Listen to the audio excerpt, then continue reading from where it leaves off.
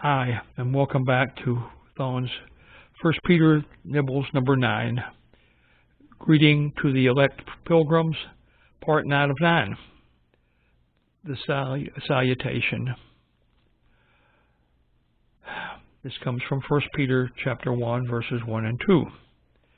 The blessing from Peter. Why is this in the Bible? Peter expresses his love for those scattered away from Jerusalem. The communications, he is reaffirming the connection with the others. The application to me. Grace, peace, multiplied. Those are three terms that are there. And as we define those in Matthew Henry's complete commentary of the Bible, he defines grace is the free favor of God with all its proper effects, pardoning, healing, assisting, and saving. Peace.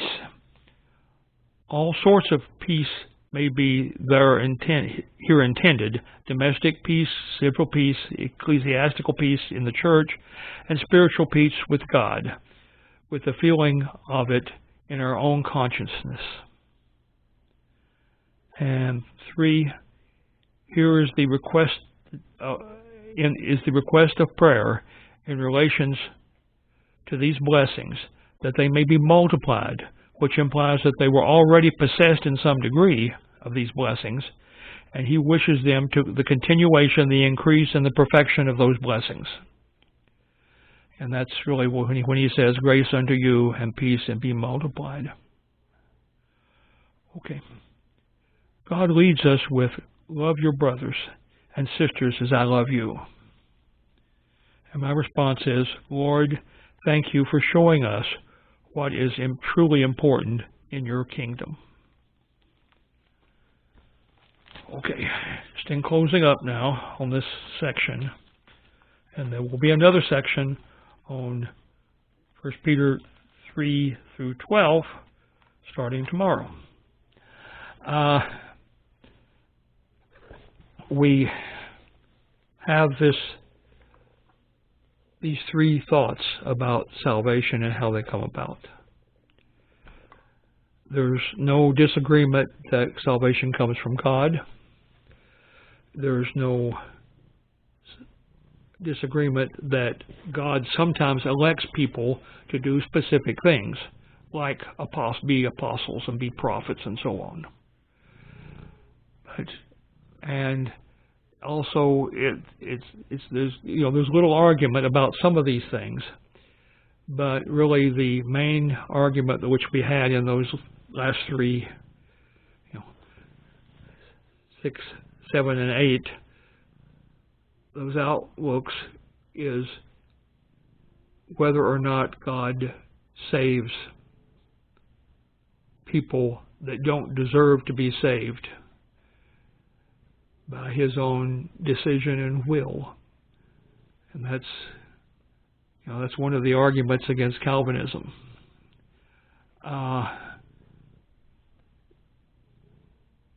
Or does he have willingness to save everyone and provide the necessary information to be saved to everyone, but have that salvation be a salvation by statement and then followed by salvation by works? And that's sort of the summary of Arianism.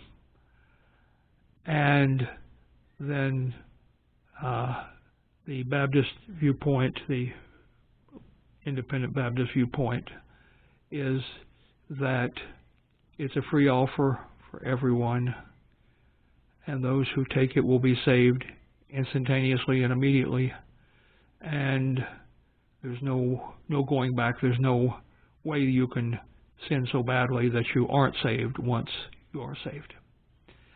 And that's as I say, is my viewpoint. But understand there are all kinds of versions of all these things. There is extreme, sort of an extreme conservative Calvinism. There is a moderate Calvinism. There is a slack Calvinism. There are, and so we find, depending on the preacher and the situation, there can be some motion in all of this, which clearly, and by the way, we would consider John Calvin himself today a light to modern Calvinist.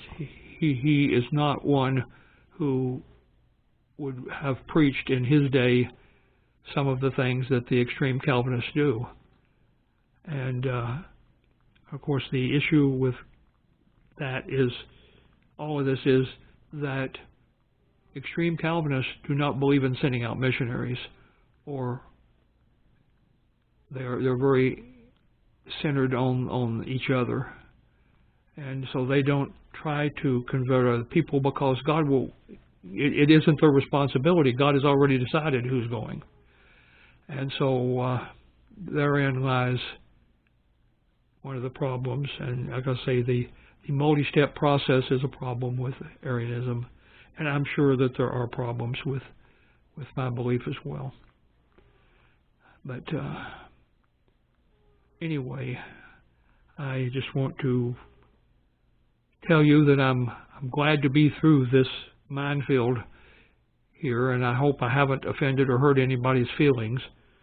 But we have to have some viewpoint, and I tried to present as much as possible of all the viewpoints. So we'll be talking to you next time about a different subject. Bye-bye.